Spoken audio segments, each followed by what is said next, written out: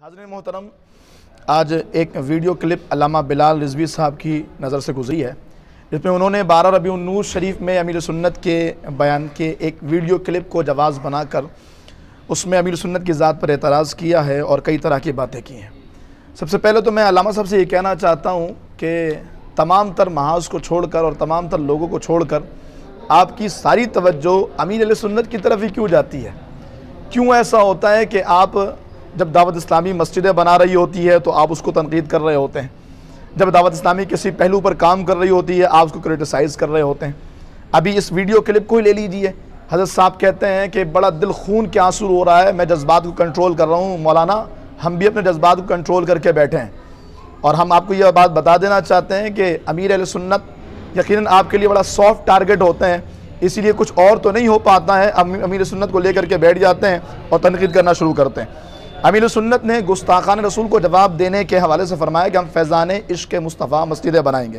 کہتے ہیں جی دیکھو، سرکار نے یہ کب حکم دیا ہے گستاخیاں ہو رہی ہیں مسجدیں بنائیں؟ اللہ کے بندو، اگر کوئی بندہ رسول خدا صلی اللہ علیہ وسلم کی محبت میں یہ کام کر رہا ہے تو کم از کم سرکار کی محبت کا کوئی پہلو تو ایسا ہے جو اس میں شامل ہو رہا ہے۔ کم از کم یہ ان لوگوں سے تو کئی گنا زیادہ بہتر ہیں جو اس حوالے سے کوئی درد نہیں رکھتے۔ پھر آگے جا کر امیر سنت کا ایک جملہ ہے، امیر سنت فرماتے ہیں اللہ کریم اللہ کرے اسے ہدایت مل جائے جس نے گستاخی کی ہے، وہ گستاخی چھوڑ کر عاشق رسول بن جائے، توبہ کرے۔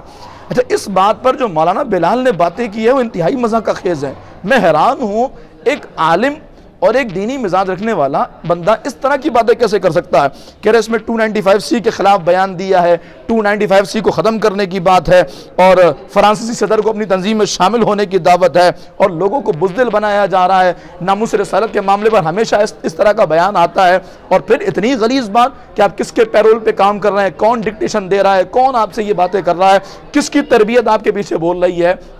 مولانا بلال صاحب، اگر آپ اس کو ٹھنڈے دل سے سوچیں نا، تو اگر فرانسیسی صدر کے بارے میں امیر سنت نے یہ فرمایا ہے کہ توبہ کر کے تم بھی عاشق رسول بن جاؤ، تو یہ تھوڑی مطلب ہے کہ اگر وہ عاشق رسول ہونے کا دعویٰ کرے اور کہے میں نے توبہ کر لی ہے تو اس پر حکم شرع نافذ نہیں ہوگا؟ کیا مسلمان ہونے کے بعد جو گستاخی والا معاملہ ہے وہ اس پر نافذ نہیں ہو سکتا؟ کہ امیر سنت نے یہ فرمایا ہے کہ اگر وہ توبہ کر لے گا تو پھر اسے قتل نہیں کیا جائے گا، یہ جو شریعت کا جو قانون ہے وہ اس پر نافذ نہیں ہوگا؟ اور پھر جو آپ بات کر رہے ہیں کہ ناموس رسالت کے معاملے میں امیر سنت کے بیانات ایسے ہوتے ہیں جس سے بزدلی پیدا ہوتی ہے، جناب والا یہ وہی الیاس قادری صاحب ہیں جنہوں نے ایسا ممتاز قادری آپ کو دیا ہے نا، جس ممتاز قادری کے امامے کو، بلکہ ممتاز قادری کے قدموں کے نیچے آنے والی خاک کو آپ آنکھوں کا سرما بنا دیں۔ جی ہاں، یہ وہی ممتاز قادری الیاس قادری کا مرید ہے، غازی تنویر الیاس قادری کا مرید ہے، ظہیر حسین الیاس قادری کا مرید ہے۔ آپ کہہ رہے ہیں آپ کی کیسی تربیت ہے، آپ لوگوں کو بزدل بنا رہے ہیں؟ الیاس قادری اگر لوگوں کو بزدل بنائے تو بتاؤ تمہیں غازی دیے کس نے ہیں؟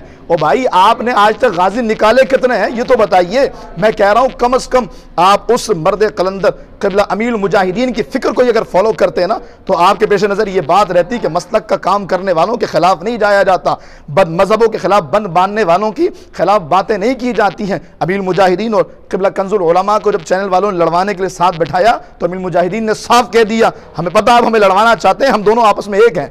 یہ پیغام ہوتا ہے، یہ میسج ہوتا ہے۔ دعوت اسلامی نے حالات کے پیش نظر 10 سال سے زیادہ ہو گئے اپنے مرکزی اجتماعات ختم کر دیے۔ کوئی ایک تنظیم بتا دیں جو مرکزی اجتماع کرنے جا ہر کوئی کہے دعوت اسلامی والے آگے بڑھیں، اجتماع کریں، بہت ضرورت ہے۔ جب بد مذہبوں کا کئی غلبہ ہوتا ہے انہی کے پاس جا کے آپ کہتے ہیں مدنی قافلے بھیجو یار، دین کو کام کرنے کی اور دین کو بڑھانے کی ضرورت ہے، بد مذہبوں کے خلاف محاذ بنانے کی ضرورت ہے۔ تو دعوت اسلامی اتنا بڑا کام کر رہی ہے۔ رئیس التحریر کا ایک جملہ میں آپ سے عرض کروں گا، قبلہ علامہ ارشد القادری صاحب فرماتے ہیں دعوت اسلامی کے حوالے سے، فرمایا کہ یا تو دعوت اسلامی سے بڑھ کر کوئی ایسی تنظیم لے آؤ جو اس لیول پر بد مذہبوں کا دانہ پانی بند کر رہی ہو، یا پھر خاموش ہو جاؤ، ان کا ساتھ نہیں دے سکتے تو ان کے خلاف باتیں بھی نہ کرو۔ الحمدللہ جس محاذ پر دعوت اسلامی کام کر رہی ہے، دھرنے ہوں، دیگر اور محاذ ہوں، میں خود اتاری ہوں، ہر محاذ پر الحمدللہ ہم نے صف اول میں کھڑے ہو کر کے حضور کی ناموس پر پہرا دیا ہے۔ یہ الیاس قادری کی ہی تربیت ہے۔ آپ اپنی لفاظی اپنے پاس رکھیں، اور جو محنتیں اور جو باتیں آپ امیر سنت کے خلاف کرنے میں لگا رہے ہیں نا، اس محنت کو ہی اور صرف کیجئے۔ آپ بھی چلے جائیے، کوئی غازی بن کر کے دکھائیے۔ الیاس قادری نے اتنے سارے غازی پیدا کر دیے، اور اگر یہ ساری باتیں آپ کو سمجھ میں نہ آئیں اور برسبیل تسلیم ہم یہ بات مان بھی لیں کہ الیاس قادری صاحب کی یہ باتیں ساری غلط تھیں اور بزدلی ہو رہی ہے اور دیگر بالفرض غلط یہ مان بھی لیا جائے تو بھی اعلیٰ حضرت کا وجوزیہ شاید آپ نے پڑھا ہو یا سنا ہو کہ اگر کسی بندے سے کسی بڑی شخصیت سے دین کا بڑا کام ہو رہا ہو، اس سے کبھی کوئی غلطی ہو بھی جائے تو ان غلطیوں کا چرچا نہ کیا جائے، کیونکہ ان چرچا کرنے کی وجہ کر دین کا جو بڑا کام اس ذات سے اور جو فائدہ اس کی ذات سے وابستہ ہے وہ فائدہ اور وہ کام رک جائے گا۔ خدا کا خوف کیجئے، لوگوں کو یوں مت کہیے کہ الیاس قادری بزدل بنا رہا ہے، الیاس قادری کسی کے پیرول پہ کام کر رہا ہے۔ ہم آپ سے پوچھیں آپ کس کے پیرول پہ کام کر رہے ہیں؟ قبلہ امیر المجاہدین کا تو یہ منشور نہیں ہے، اس مرد قلندر نے تو ہمیں بڑا تیار کیا ہے، اور ہم یہ کہتے ہیں بحمداللہ تعالی ان دونوں بزرگوں کا فیضان ہے کہ جو فیض آباد بھی ہوا ہے، کراچی کی سڑکوں پہ نوجوانوں نبی کی عزت پہ پہرا دیا ہے، ہم نے پہرا دیا الحمدللہ، تیری سی نعمت کے لیے بتا رہا ہوں، ڈنڈے بھی کھائیں، شیلنگ بھی برداشت کیے، یہ سارا کچھ ہوا، اور ہم اتاری بھی ہیں۔ تو خدا را ہاتھ جوڑ کے عرض ہے، یہ ناموس رسالت پر پہرا دینے کا وقت ہے نا، آئیے آپ نکلیے، ہم آپ کی اقتداء میں پیچھے پیچھے نکلیں گے۔ لیکن وہ لوگ جو دین کے محاذ پہ بڑا کام کر رہے ہیں، سنیت کا بڑا کام کر رہے ہیں، لوگوں کے ایمان و عقیدے کو بچا رہے ہیں، ان کے خلاف اپنی زبانوں کو لگام دیجیے، ورنہ ایسا نہ ہو کہ وہ وقت آ جائے کہ یہی عوام آپ کے گربانوں تک پہنچے۔ میرا اپنا مزاج علماء کے خلاف بولنے کا ہرگز نہیں، دنیا جانتی ہے، لیکن وہ علماء جو اپنے علم کا ناجائز استعمال کرتے ہوئے ان شخصیات کے خلاف،